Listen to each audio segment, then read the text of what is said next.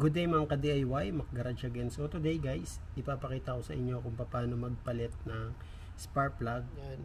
Tanggalin nyo lang yung mga tornilyo. Okay, 1, 2, 3, 4. Ayan, tanggalin muna natin pala to. Ayan, natanggal nyo na yung cover. So may kita nyo dyan. After nyo ma-remove yung cover, meron dyan coil, ignition coil, 4 yan. Okay, sa mga bagong sasakyan guys, is gumagamit na sila ng individual ignition coil. So kung mga late 90s naman yung mga sasakyan nyo, gumagamit sila ng distributor. Okay, usually nandito yun, kaliwa or kanan. Okay, so and then meron yun tension wire. Okay, so yung tension wire nakapasok yun dito sa mga spark plug isa-isa. So yung iba naman sasakyan is kumpleto yung kanyang coil, isang buong coil, ignition coil pack kung tawagin. Meron naman yung iba nasa labas. Okay, so dito naman sa sasakyan na to is usually guys yung mga modern car is gumagamit na ng separate or individual ignition coil. So dito sa Kia Rio, ang gagawin nyo lang, tanggalin nyo lang yung mga bolt. Okay, itong lock na yan ng ignition coil. Okay, so 4 yan. 1, 2, 3.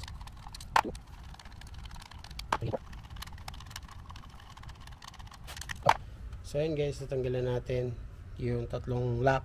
So if ever man na magbalak kayo tanggalin yung connector ng ignition coil, mas mainam magtanggal kayo ng battery terminal or negative terminal battery para maiwasan natin yung maaring mag-short ng mga live wire. Okay, unahin nyo dito sa number 1. Yan, itaas nyo lang muna ng ganyan. Okay, so angat nyo dito. Yan.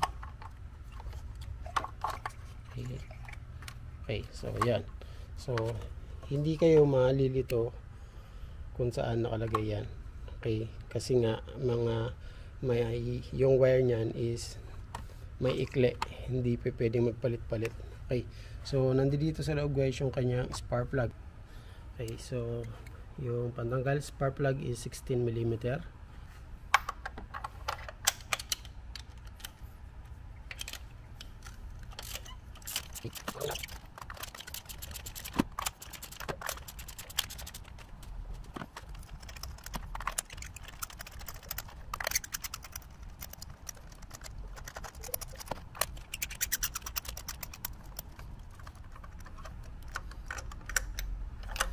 Okay guys, pag lumuwag na lahat, pwede nyo gamitin tong coil, pang-angat, pantanggal, tulad nito. Yan.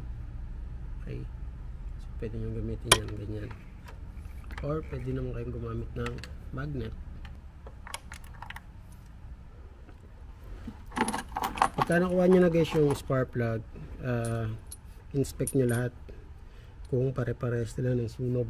Okay, so ito so far yung engine nito, yung ganitong sunog is good condition. So gamit kayo ng iridium spark plug, mas maganda yan.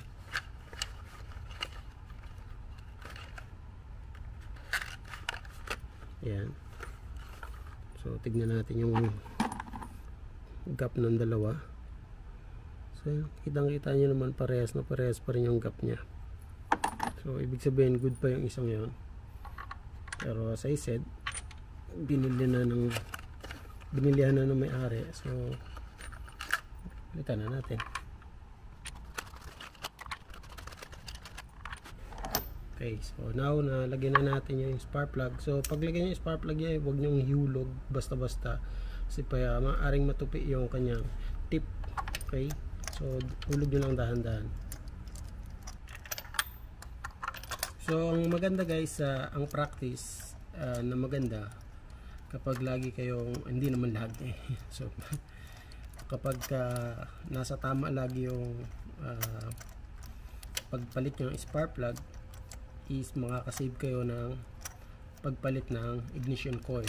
Okay, so kasi pagka hindi kayo nagpapalit ng spark plug sa inyong sasakyan and mataas na masyado yung mileage, ang tatama ng ang tatamaan is yung ignition coil nyo. Ito. So ang ignition coil is mahal. Kada isa niyan is nagko-cost ng 3,000, okay, sa Pilipinas. Okay? So yung spark plug is magkano lang? Mabibili mo lang siya ng 2,000.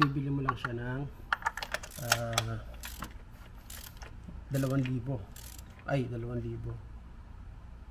Oh, tama, 2,000. Meron 800, di ba? So, yun. So, ingatan nyo guys. Lagi kayong tumingin sa inyong manual, sa inyong user manual. Nandoon kung kailan pwedeng palitan yung inyong mga spark plug. Kada ibang modelo meron yun kilometer kung kailan pwedeng palitan or year. Okay, so guys, babalik na natin yung ignition coil. Okay, yun lang, sabay-sabay yan.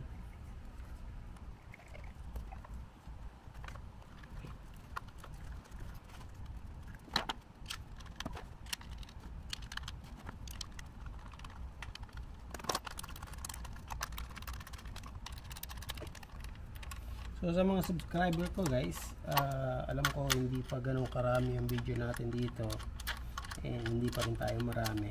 Okay, so kung naghahanap kayo ng ibang video na wala pa naman dito, or mga magdi-DIY ko is wala pa naman dito sa aking channel, pwede kayo guys pumunta sa mga ibang mechanicum vlogger katulad ni Jeep Doctor, Easy Garage, okay, Easy Garage, and Master Garage. So yun, pwede kayo mga legit yung mga yun, yung tatlong yun.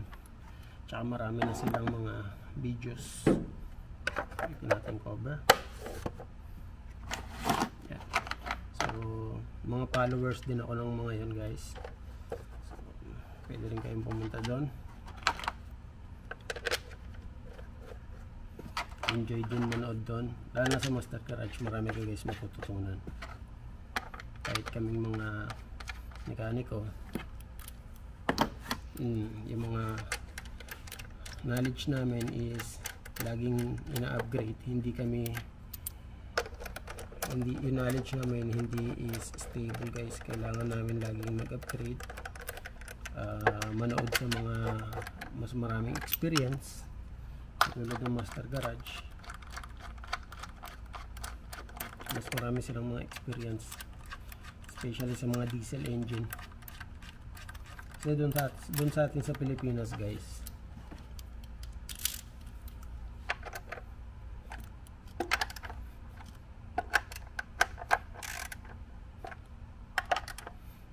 okay. So ayan guys,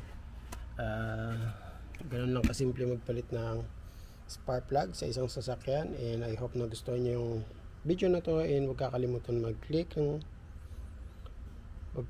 mag-like and subscribe na rin kayo guys, and huwag kalimutan mag-comment kayo guys kung may mga gusto kayong gawin video or gawin natin content para sa ating channel. So we'll see you again guys with my next video. Bye.